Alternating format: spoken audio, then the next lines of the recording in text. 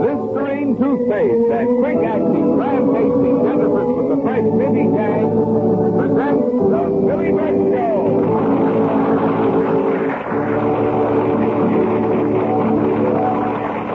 In just a moment, we're going to announce the 5 top winners for the first week of the Listerine Toothpaste Nylons contest. But first, we want to remind you that this is a weekly contest. Every week, 56 pairs of top-quality nylons are given away as prizes. Now, if you haven't already sent in an entry, get busy and send one in today. Simply complete the following sentence in 25 words or less. I like Listerine Toothpaste because... And you stand to win as many as a full dozen pairs of precious nylons of note by Whole Truth.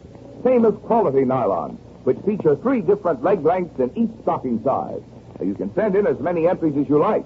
A little later, we'll give you the 3 easy rules, which must be followed exactly for each entry you send in. So have pencil and paper handy. Now, remember, this is a weekly contest. Entries will be judged in each week's contest as they come in. Winners of the first 5 prizes are Miss Lula Emma Dunlop, Rembrandt, South Carolina, 12 pairs of lovely nylons of note by Whole Truth. 6 pairs to Miss Grace Bradley, Port Huron, Michigan. Another 6 pairs of these beautiful stockings to Mrs. Golden Ebert, Cuba City, Wisconsin. And 6 more pairs to Mrs. N.C. Moore, Albuquerque, New Mexico. Once again, 6 pairs to Mrs. Gertrude Riviere, New Bedford, Massachusetts. And remember, 10 more lucky winners will receive 2 pairs each. Get your entry for this easy contest in today. Be ready with your pencil to take down the rules a little later on in this program. And here she is, that smiling, bright morning star, our Miss Leading Lady, Miss Billy Burt.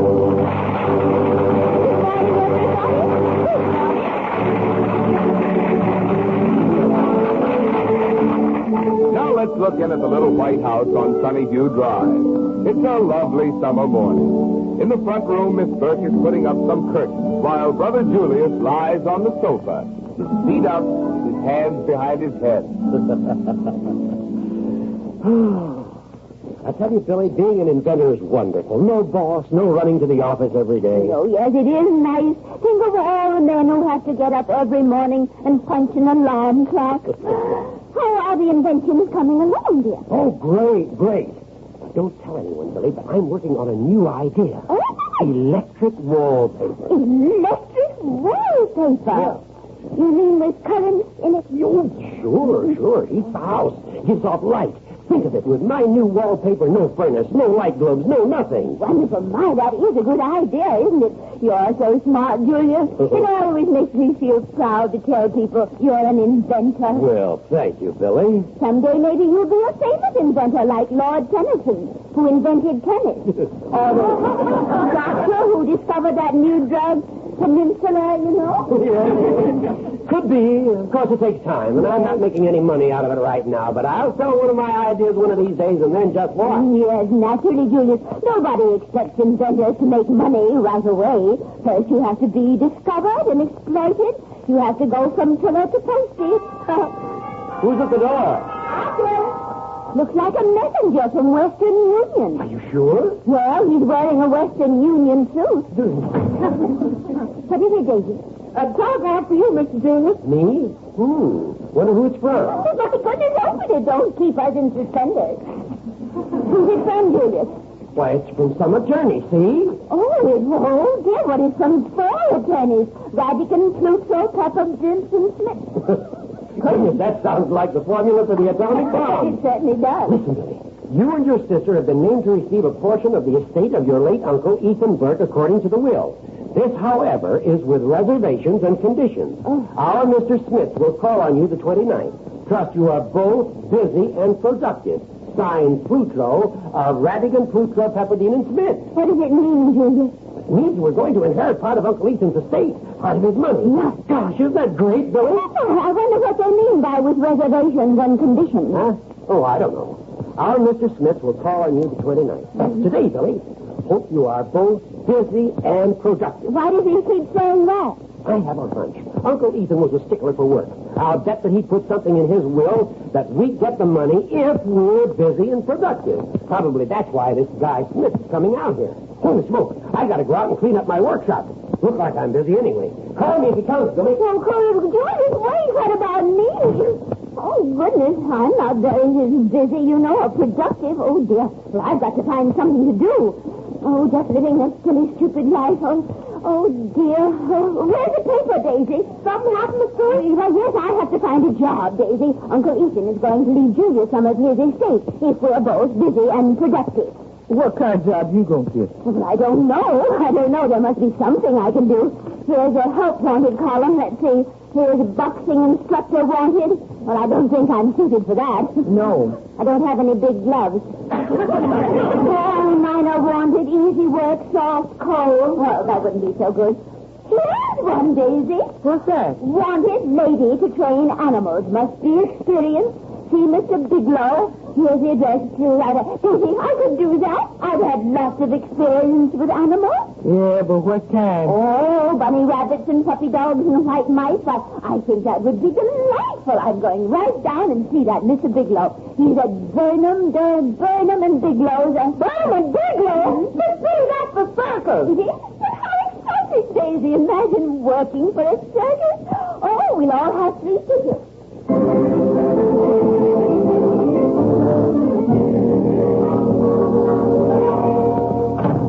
How do you do? I'm Billy Burke. Are you Mr. Biglow? That's me, lady. What's on your mind? On my mind? Oh, well, I'd like to apply for the position. The one in the paper? Ever handle animals? Oh, goodness, yes, lots of them. When it comes to animals, I'm a vegetarian. Ever work with cats? Oh, cats? Oh, my, yes, I was raised with them. Oh, brought up with an animal show, eh? Yes, practically. Mama used to say that Papa was an old bear. You look pretty small for the cat. Riverboard, I have a way with them. Goodness, I've raised all kinds of cats. Yeah, but ours are pretty Oh, wild. well, that won't bother me, Mr. Biglow. I'll have them eaten off my hand in no time. Well, you seem to have plenty of nerve. That's what it'll take. We'll try out. The job pays $100 a week to start. $100? Gracious. A person could retire in a short time in a job like this. Yeah. Our last trainer retired in 4 days. In 4 days, my, he must have been thrifty. We'll start this afternoon. Come down to the tent and a half hour before the first show. I'll explain the routine. No, it sounds wonderful, Mr. Biglow. And I will have to give you another name.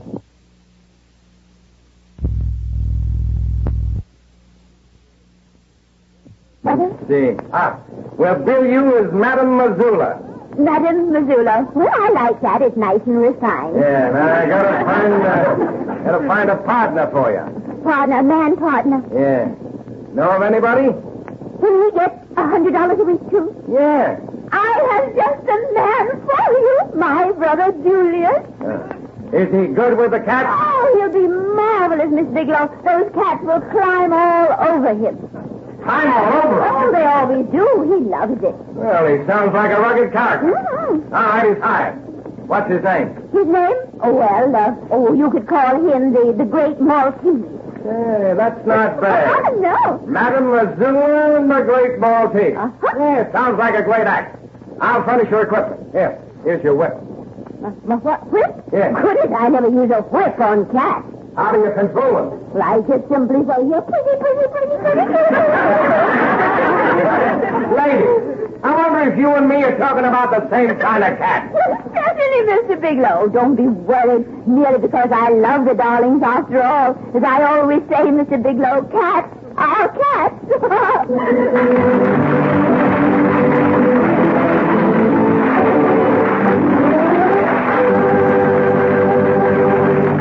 The time has come, folks, the time to give you the simple rules for our nylon contest. You got a pencil handy? There are only 3 rules, and they must be followed exactly in order to qualify for the prizes. The nylons of Notes by Whole Proof.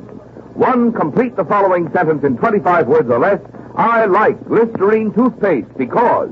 2, write or print your entry together with your name, address, and stocking size. Be sure to also include your leg length, short, medium, or long. 3, enclose the side or facsimile of the side of a Listerine toothpaste box. But, and this is important, the size you enclose must be the one that carries the Good Housekeeping seal. Mail your entry to Listerine Contest, Post Office Box 491, Times Square, New York, 18, New York.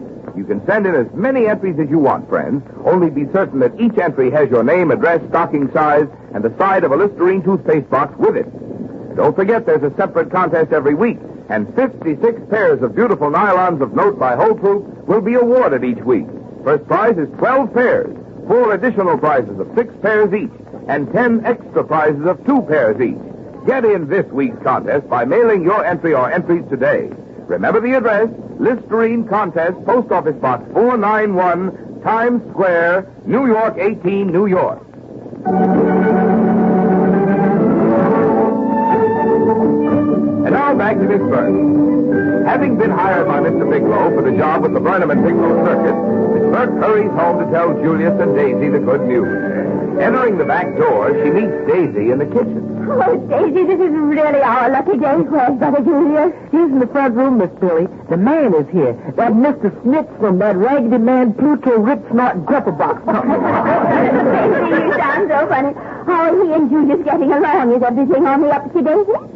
Oh, I don't eavesdrop, Miss Billy. Well, you must have heard something, just a trickle here and there. Well, what from what come trickling in here, it don't sound so good. Mr. Julius has been arguing like a Philadelphia lawyer. Well, I don't see how he could do that. He's never been in Philadelphia, you know.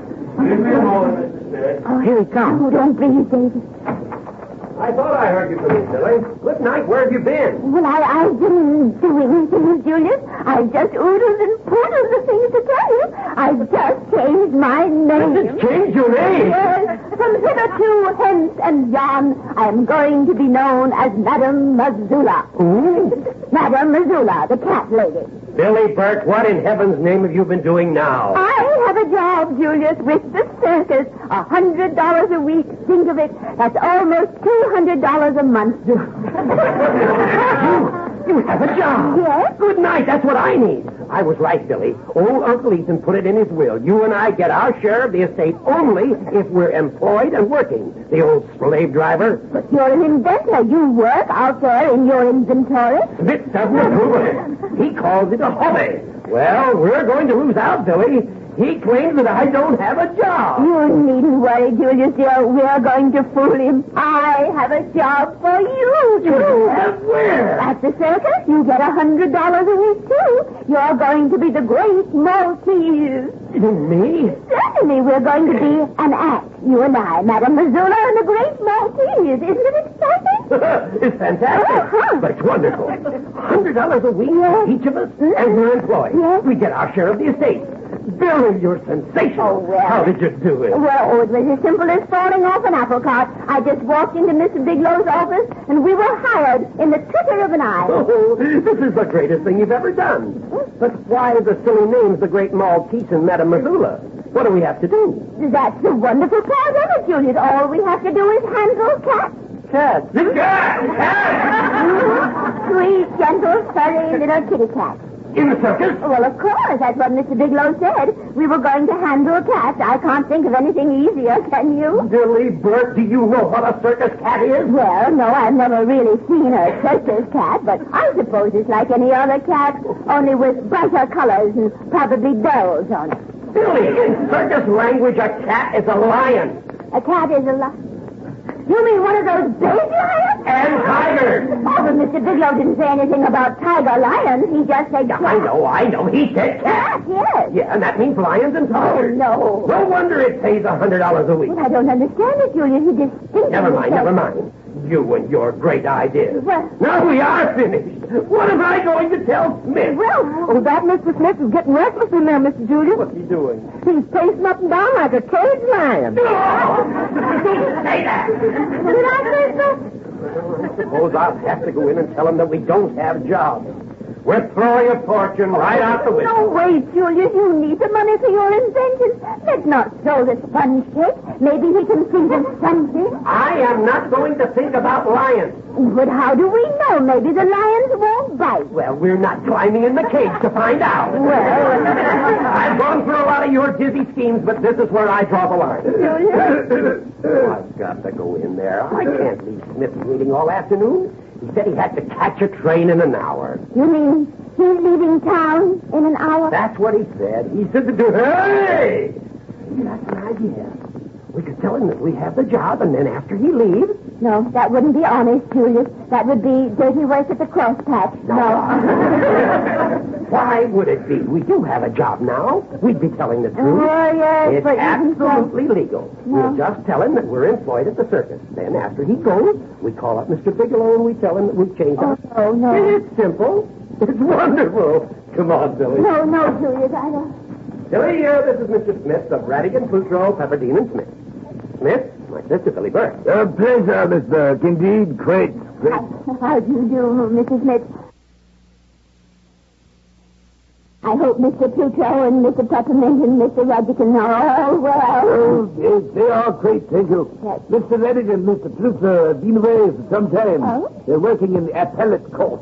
How you did it, Billy? Where did you find another gas tank?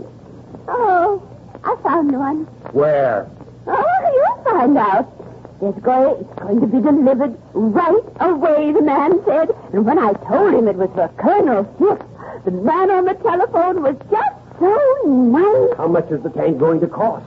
Well, I didn't want to ask him embarrassing questions, not for a simple little thing like a gasoline tank. Oh. I suppose it'll cost $1 or $1.50. Something wrong about this. You ordered a gasoline tank for Fitz's car. Now, what kind of a car is it? I don't know, but he didn't want a whole car, just a tank. Billy, there's a difference. Didn't the man on the telephone ask you what kind of a car the tank was to fit? No, he simply said it would be delivered. Who did you order it from? The man. No, saying the man. Who? What company? I can't see why you're getting so excited, Julius. I ordered it out of that catalog Gussie brought over. All those things the Army is selling. Then why in the world didn't you say so? I thought I had said so. I don't know. What's that noise? Okay, no, for gracious. Oh, maybe they're digging up the street again. No, it couldn't be. They just dug it up last week. Yes, there's something going on across the street. What's going on, Daisy? Well, I'm not rightfully sure. I looked, but I don't believe it. Daisy, you're not making sense. Did somebody have an accident? Well, you better come see for yourself. I'm beginning to think that everyone in this house is insane. Well, just come out here to the front window. Good heavens. What are they building in Colonel Fitz's front yard? Well, do you both see what I see? Oh, no. Billy Burke, do you know what you've done? What have I done? You ordered a tank from the Army. That's it, in his front yard. A General Sherman tank, 85 tons. General Sherman said, but I ordered just a tank. I didn't order just... You got it. But, well, they just have to take it back. That's not the right kind. How can they take it back? The guys who delivered it are gone. And there the thing sits in his front yard. Oh, Billy, if Fitz comes home and finds it there, he'll explode. Well, we better do something with it. Hide it somewhere. Hide it in the coat closet, I suppose. No, it wouldn't fit in the coat closet. We've got to move it. Take it someplace, any place, before Fitz comes home. But now we don't have a gasoline tank. Billy Burke, please. I'm trying to control myself. Well, I'm We've got to glad- move that big chunk of iron off Colonel Fitz's lawn now, immediately. You know how to drive one of them, Mr. Julius? No, I've never been in one in my life. Well, don't worry, Julius. I can drive. Certainly. I guess I can drive a silly old tank. Why, the man at the auto driving school said I could drive him to distraction, and that's a long way.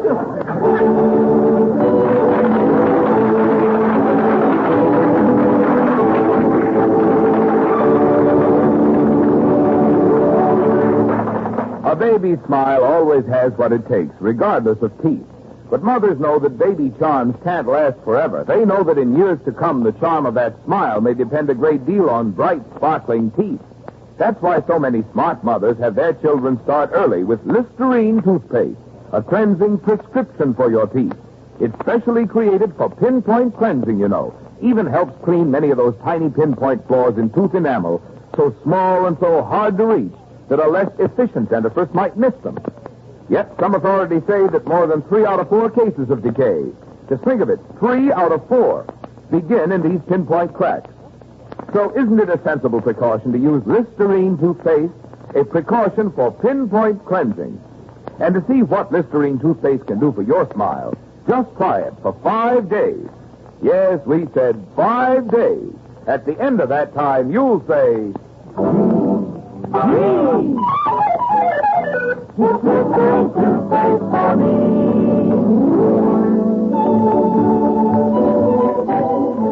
Back at the little White House on Sunnydew Drive, the storm clouds are gathering.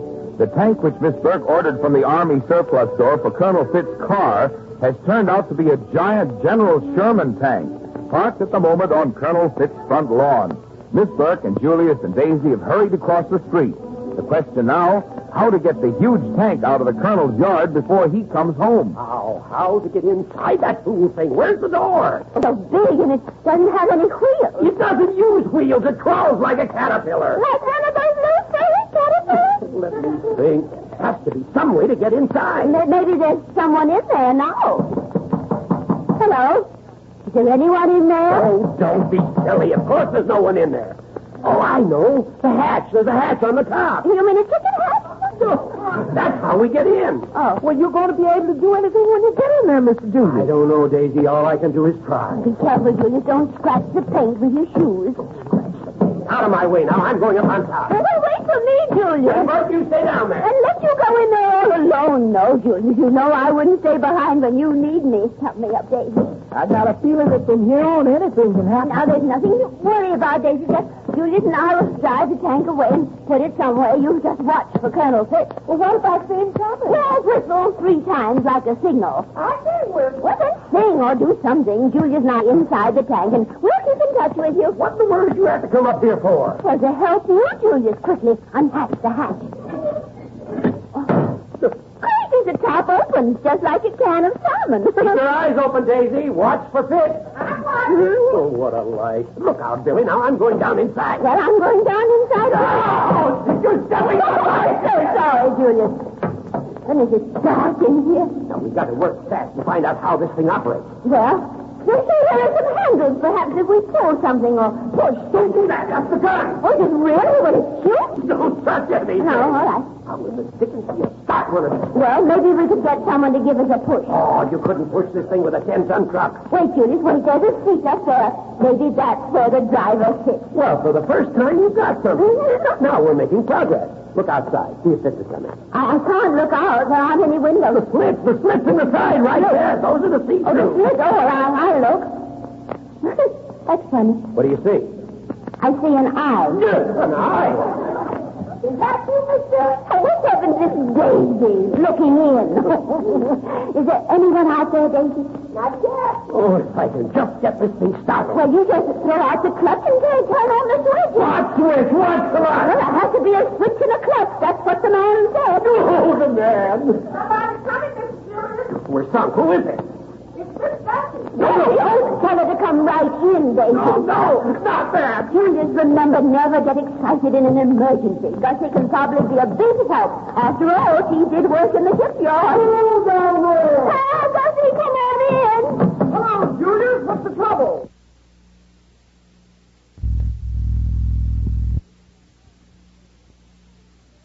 Who put that tank in Fitz's front yard? What's going on, Billy? We're having just a little trouble, Gussie. Oh, little trouble, she said. You see, I ordered a tank for Colonel Fitz, and they sent out a tank instead.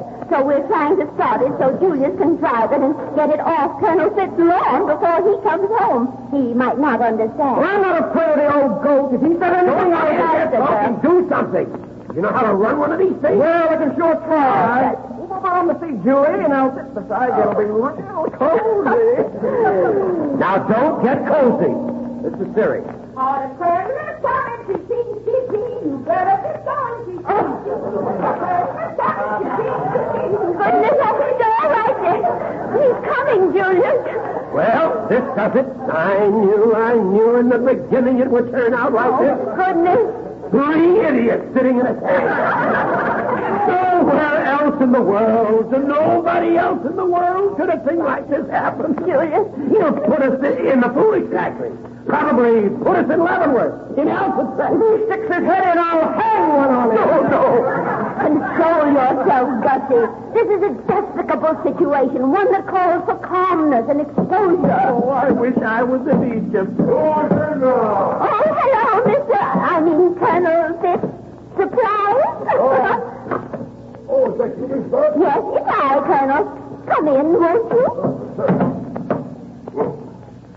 it. Want to make something out of this bowler? He's only joking, Colonel Baldy. My goodness, this is my brother Julius, Colonel Smith. Pleased to make your acquaintance, Julius. You do have a most charming sister.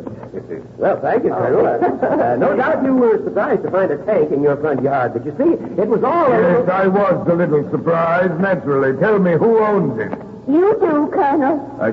I ordered didn't order it. Yes, but I ordered it for you. It really isn't much. You ordered this just for me? Mm-hmm. Miss Burke, how did you know I spent all those years in the Armored Corps? I've always dreamed of having a tank all my very own just to tinker with. You mean you like this thing? Please, this beautiful creature is not a thing. Oh. It is a masterpiece of steel, a joy to behold. Ah, this brings back such glorious memories. Is it mine, really?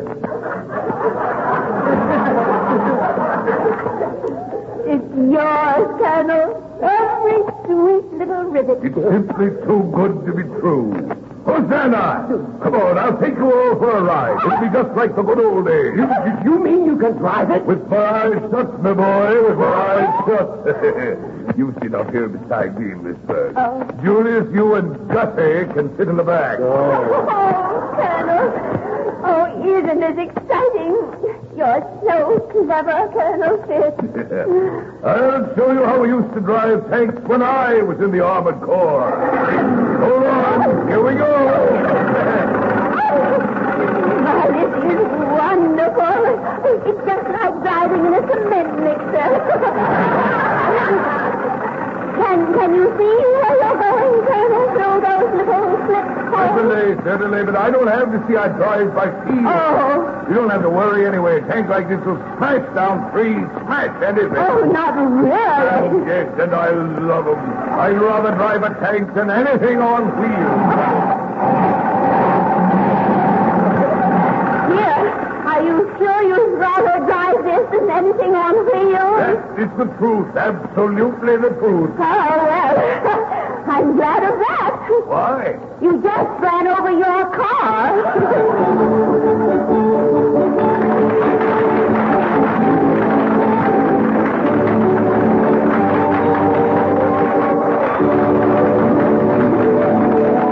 In bygone days, there were people who claimed to be magicians. They compounded so-called magic powders that were supposed to do marvelous things for anyone who used them. Well, today, science has replaced these fakers. And science, backed by years of painstaking laboratory research and careful tests, has produced a powder that actually does do wonderful things for you, for your smile. Yes, Listerine Tooth Powder does a truly marvelous job of cleaning and polishing. Try this product of modern science for just 5 days and see what a job it does. Remember, no powder, not a single one, beats Listerine Tooth Powder for cleaning teeth. Goodbye, everybody, till next Saturday. And remember, to always look back to the lining and try to find the sunny side of life.